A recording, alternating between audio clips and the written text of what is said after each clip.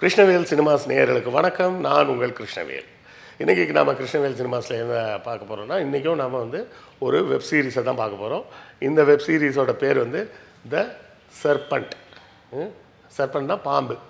இந்த web series எதில் இருக்குன்னா, இதுவும் நெட்ஃப்ளிக்ஸில் தான் இருக்குது. ஆனால் இது ஆங்கில வெப் சீரிஸ் தான், தமிழில் எல்லாம் இல்லை. சர்பண்ட்னா என்ன? அது பாம்பு, இல்லை நாகப்பாம்புன்னு சொல்லலாம். நாகப்பாம்புன்றது தான் கரெக்டான வார்த்தையாக இருக்கும்னு நினைக்கிறேன். இது விஷம் சார்ந்தது, விஷப்பாம்பு அப்படிங்கிறதையும் சொல்லலாம். இந்த விஷப்பாம்புன்னு இங்கே பேர் ஏன் வச்சாங்க அப்படின்னா, இந்த பேர் வந்து ஒரு நபருக்கு அடைமொழியாக அறியப்பட்டது. யாருக்கு? போன வெப்சீரிஸில் பார்த்தோமே, தீகார் ஜெயிலில் ஒருத்தர் கோட் சூட்டோடு நின்றுட்டு இருந்தார் அப்படின்னு, அதே சார்ல்ஸ் சோப்ராஜ், அவனை பற்றிய படம் தான் இது. இந்த படத்தை ஏன் எடுத்தேன்னு சொல்லி அந்த ஒரிஜினல் சோப்ராஜ் வந்து நெட்ஃப்ளிக்ஸ் மேலே கேஸ் போட்டிருக்கான். சரியா? அதுவும் இந்த இடத்துல நம்ம தெரிஞ்சிக்க வேண்டிய ஒரு முக்கிய செய்தி. சரி, இது என்ன செய்யுது அப்படின்னு பார்த்தா, இந்த சார்ல்ஸ் சோப்ராஜ்ன்றவன் யார், அவன் என்ன செஞ்சான் அப்படிங்கிறத பற்றின விவரங்களை தான் விரிவாக இது பேசுது. இவன் வந்து என்ன பண்ணியிருக்கான், இவர் வந்து யாருன்னு பார்த்தீங்கன்னா, அவங்க அம்மா வந்து வியட்நாமை சார்ந்தவர், அவங்க அப்பா வந்து இந்தியாவை சார்ந்தவர். ஆனால் இவர் குடியுரிமை எங்கே வாங்கினவர்னா, ஃப்ரான்ஸில் குடியுரிமையை வாங்கினவர். எத்தனை குழப்பம்பா! அம்மா வியட்நாமு, அப்பா வந்து இந்தியா. ஆனால் அவங்க அப்பா ஃப்ரான்ஸில் குடியேறி அங்கேயே குடியுரிமையை வாங்கிட்டார். அதனால் இவரும் ஃப்ரெஞ்சு சிட்டிசனாக மாறிவிடுகிறார். இவர் தம்பியும் சேர்ந்து ஒரு கொள்ளையில் ஈடுபடுறாங்க கிரேக்க நாட்டில். அங்கே வந்து தம்பி கைதாகிடுறாரு, இவர் தப்பிச்சிடுறாரு. இவன் தப்பிச்சிடுறதுனால அந்த தம்பியை மட்டும் ஜெயிலில் போட்டுடுறாங்க. இவன் அங்கேருந்து தப்பிச்சு என்ன பண்ணுறான், வியட்நாம் போய் வியட்நாம்லேருந்து பேங்காக் போயிடுறான். தாய்லாந்து பேங்காக் இருக்குல்ல, அங்கேயே போயிடுறான். கதை அங்கேருந்து தான் தொடங்குது. அங்கே வந்து என்ன பண்ணுறான்னா, நெதர்லாண்ட்ஸு, டச்சு நாட்டை சார்ந்த 2 பேர், ஒரு ஜோடி வந்து அங்கே வந்திருக்கிறாங்க. அப்போ இவன் என்ன பண்ணுறான், அவங்கள வந்து கூப்பிட்டு, எங்கள் வீட்டுக்கு வரீங்களா, எங்கள் வீட்டில் வந்து அது நான் வந்து வைர வியாபாரி, அந்த வைரங்கள்லாம் வந்து விலை ஜாஸ்தி, ஆனால் இங்கே உள்ள ரேட்டில் வந்து கம்மியான ரேட்டுக்கே நான் தரேன். உதாரணத்துக்கு நான் ஒரு $10,000 நான் இங்கே கொடுத்தேன்னா, நீங்கள் உங்கள் நெதர்லாண்ட்ஸில் கொண்டு போய் இதை விற்றீங்கன்னா $15,000 $20,000 கூட விற்க முடியும். நான் வந்து பார்க்க வரீங்களா அப்படின்னு சொல்லி வீட்டுக்கு கூப்பிட்டு போய் வீட்டில் வச்சு ஏதாவது ட்ரிங்க்ஸ் தரேன் அப்படின்னு சொல்லி என்ன பண்ண வேண்டியது, ட்ரிங்க்ஸில் ஒரு மயக்க மருந்து மாதிரி ஒரு மருந்தை கலந்து கொடுத்துட்றது. சார் என்ன சார் சோப்ராஜ்னா நான் என்னவோன்னு நினச்சேன், கடைசியில் நீங்கள் பார்த்தீங்கன்னா ட்ரெயினில் மயக்க பிஸ்கெட் கொடுக்குற ரேஞ்சுக்கு சொல்லிட்டீங்கன்னா அந்த அவனோட ரேஞ்சு. என்ன பண்ணுறதுன்னா, இது மாதிரி ஏதாவது மருந்தை கொடுத்து அவங்கள உடம்பு சரியில்லாத மாதிரி ஆக்கி, அவங்க படுத்துருக்கும் போது நான் உன்னை கவனிச்சிக்கிறேன்னு பத்திரமா பார்த்துக்கிறேன்னு சொல்லிகிட்டே அவங்கள படுக்க வைக்கிறது. அது எந்திரிக்க முடியாத அளவுக்கு அவங்களுக்கு சோர்வடைஞ்சு மயக்கமாகி படுத்துடுறாங்க. அப்போ கடைசியில் இதுக்கப்புறம் என்ன பண்ணுறான்னா, அவங்களோட பாஸ்போர்ட்ஸ் எடுத்து, அந்த காலத்துலலாம் பாஸ்போர்ட்லலாம் பெருசாலாம் ஒன்றும் கிடையாது. இப்போ நான் சொல்கிறது 80களில் கூட, 80 கூட இல்லை, 90கள்லேயே ஒன்றும் கிடையாது. அப்போல்லாம் அதுக்கு பேர் என்ன சொல்லுவாங்கன்னா, தலை மாற்றுறதும்பாங்க.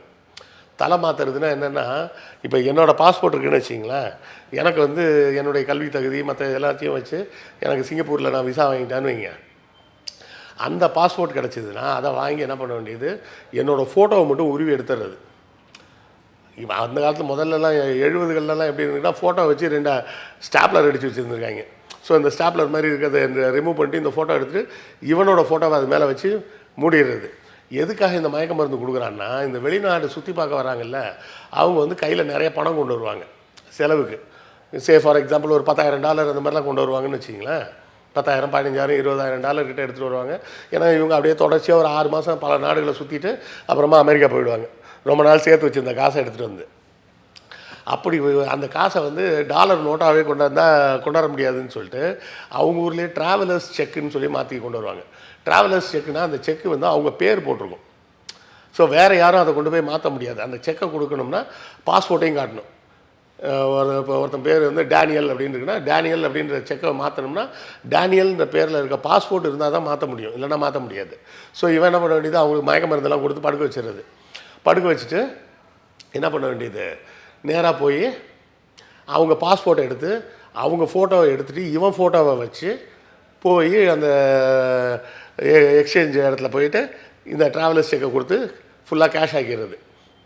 கேஷ் ஆக்கிட்டு என்ன பண்ண வேண்டியது, இவங்களை ரொம்ப மயக்கமானதுக்கப்புறம் கொண்டு போய் எங்கேயா வச்சு எரிச்சிடுறது, கொலையே பண்ணிடுவோம். அதுதான் பிரச்சனை. ஏன்னா இவன் வந்து அவங்கள தன்னோட வீட்டுக்கே கூட்டு வந்துட்டான். அதனால் அவங்களுக்கு வீடு அடையாளம் தெரியும் அப்படின்றதுனால கண்டிப்பாக நம்ம மேலே போலீஸில் கம்ப்ளைண்ட் கொடுத்துருவாங்கன்னு கொலை பண்ணிடுறது. அதாவது இவனுக்கு பேரே வந்து என்ன பேர்னா பிகினி கில்லர் அப்படின்னு பேர். பிகினி கில்லர்னால் என்ன அர்த்தம்? பிகினினா இந்த நீச்சல் உடை.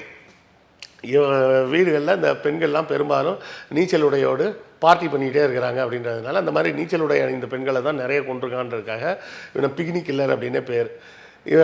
அதே மாதிரி இன்னொரு பொண்ணு வந்திருப்பா, அவளையும் இந்த மாதிரி அவள் வந்து கவனிச்சிருவாள், ட்ரிங்கில் ஏதோ மருந்து கலந்துட்டா நீ அப்படின்னு. அவளை இழுத்துட்டு போய் அவள்கிட்ட இருந்து எல்லாத்தையும் பிடிங்கிட்டு அவளை கொஞ்சம் அரகர மயக்கத்தில் இருக்கும்போதே கொண்டு போய் கடலில் போட்டுருவாங்க.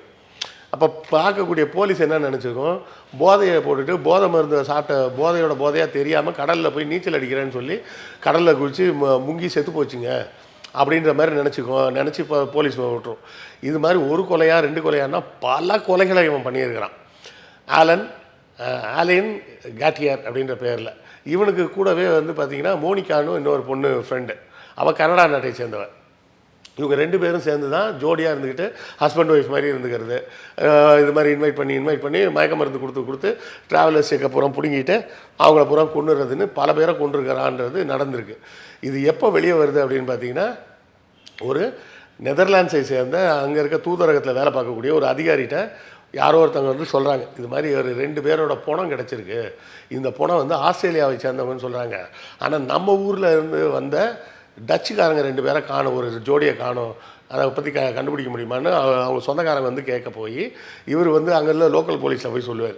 சொன்னால் அந்த லோக்கல் போலீஸ் என்ன சொல்லுன்னா, எங்கள்கிட்ட இதுக்கெல்லாம் விசாரிக்கலாம் டைம் இல்லை, இதுக்கு பூரா ஹிப்பி குரூப்பு, எவன் எப்போ வந்தால் எப்போ போனானே தெரிய மாட்டேங்குது, அப்படி இருக்கும்போது இதுக்கு தனியாக ஆள்லாம் போட முடியாது, வேணா நீங்கள் விசாரிங்க, நீங்கள் கண்டுபிடிச்சிங்கன்னா சொல்லுங்கள், அதை வச்சு நாங்கள் நடவடிக்கை எடுக்கிறோம் அப்படின்னு சொல்ல, இவரும் பல்வேறு வகையில் முயற்சி செஞ்சு கடைசியாக அந்த செத்துப்போன 2 பேரும் ஆஸ்திரேலியாக்காரங்க இல்லை, நெதர்லாண்ட்ஸ்காரங்க தான் அப்படின்னு கண்டுபிடிச்சிருவார்.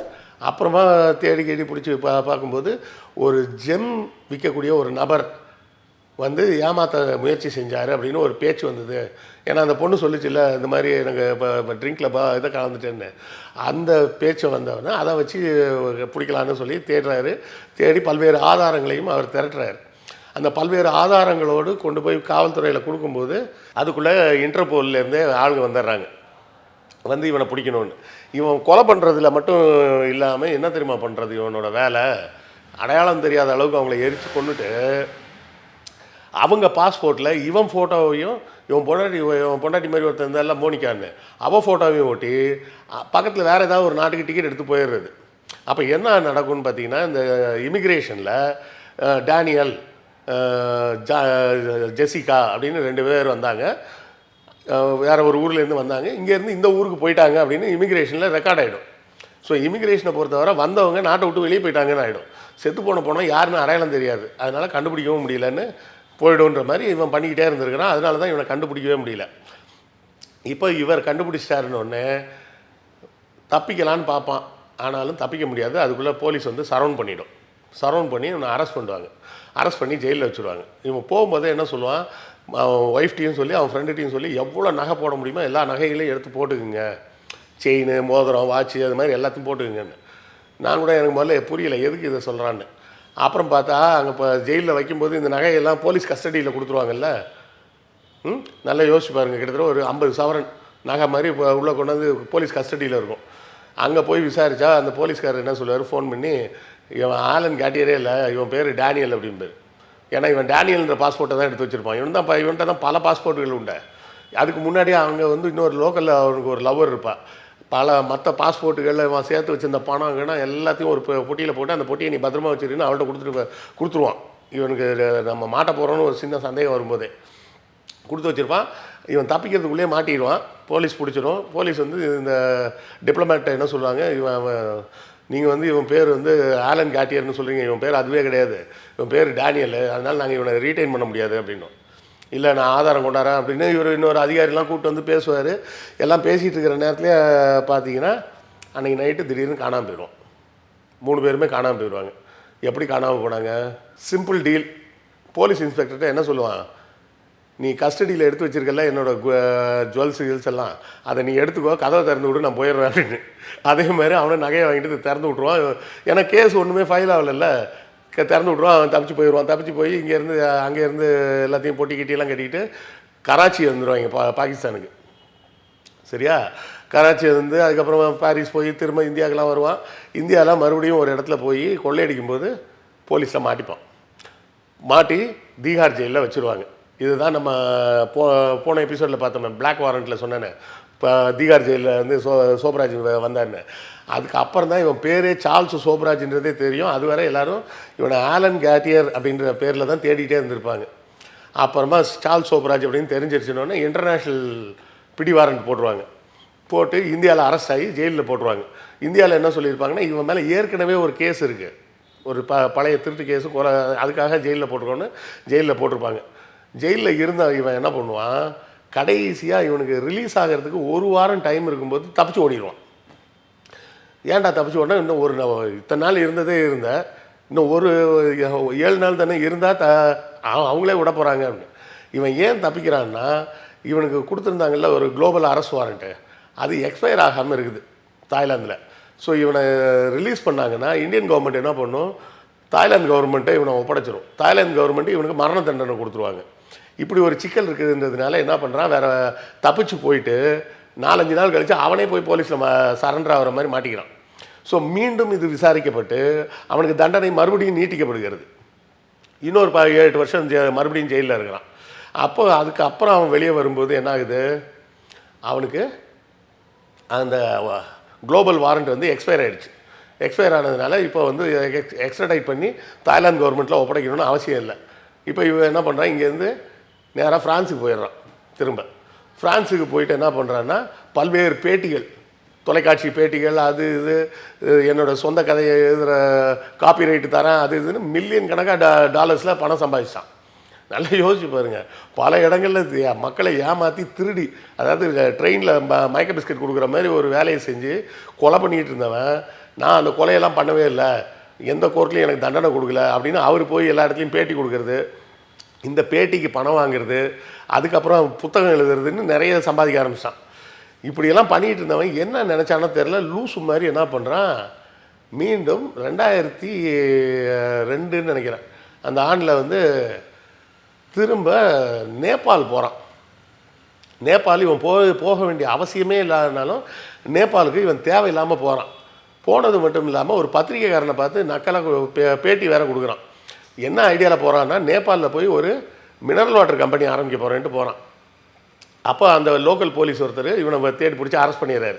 ஏன்னா நேபாளில் வச்சு இவன் ஒருத்தனை கொலை பண்ணியிருக்கான்னு சொல்லி ஒரு கேஸ் இருக்குது. ஆனால் இவன் என்ன சொல்கிறான், நான் சார்ல்ஸ் சோப்ராஜியா, நீ சொல்கிற கொலையை பண்ணவன் டேனியல்னு யாரோ ஒருத்தன், நான் கிடையாது, அதுக்கும் இதுக்கும் என்ன ஏன் சம்மந்தப்படுத்துகிற அப்படின்னு சொல்லி கேட்பான். இப்போ இதில் என்ன சிக்கலாகி போச்சுன்னா, இப்போ இவனை வந்து இவன் தான் அந்த டேனியல்ன்ற பேரில் வந்தான்னு நிரூபிக்கிறதுக்கு இவங்கள்ட்ட எந்த டாக்குமெண்ட்டும் இல்லை. அப்போது அந்த லோக்கல் போலீஸுக்கிட்ட இது வந்து செய்தியில் வந்துடும். செய்தியில் வந்தவுடனே அவன் அந்த பழைய டிப்ளமேட் இருக்கார்ல, அவரோட மனைவி வந்து அவனுக்கு ஃபோனை போட்டு, இது மாதிரி நேபாளில் அரெஸ்ட் பண்ணியிருக்காங்க, நீ விடாத, உன்ட்ட டாக்குமெண்ட் இருக்குல்ல அப்படின்னு. அதாவது இவங்க 2 பேரும் இந்தியாவில் அரெஸ்ட் ஆனாங்கல்ல, அப்போது வந்து அவனோட மனைவி மாதிரி இருந்தால ஒருத்தி, அவளுக்கு வந்து ஸ்டமக் கேன்சர் வந்துடும். ஸ்டமக் கேன்சர் வந்ததுனால அவள் ஒப்புதல் வாக்குமூலம் கொடுக்குறேன்னு சொல்லிட்டு இவங்க என்னெல்லாம் தப்பு செஞ்சாங்களோ எல்லாத்தையும் ஒப்புதல் வாக்குமூலமாக இந்தியாவில் கொடுத்துருப்பாள். அதோட டாக்குமெண்ட் காப்பி வந்து தாய்லாந்துக்கு வந்திருக்கும். அந்த தாய்லாந்தில் இந்த இன்டர்நேஷ்னல் போலீஸ் என்ன பண்ணுவார், அதுக்கு ஒரு காப்பி போட்டு இந்த டிப்ளமேட்டை கொடுத்து நீயே வச்சுக்கோ உனக்கு வேண்டாம் ரெக்கார்டுக்கு அப்படின்னு.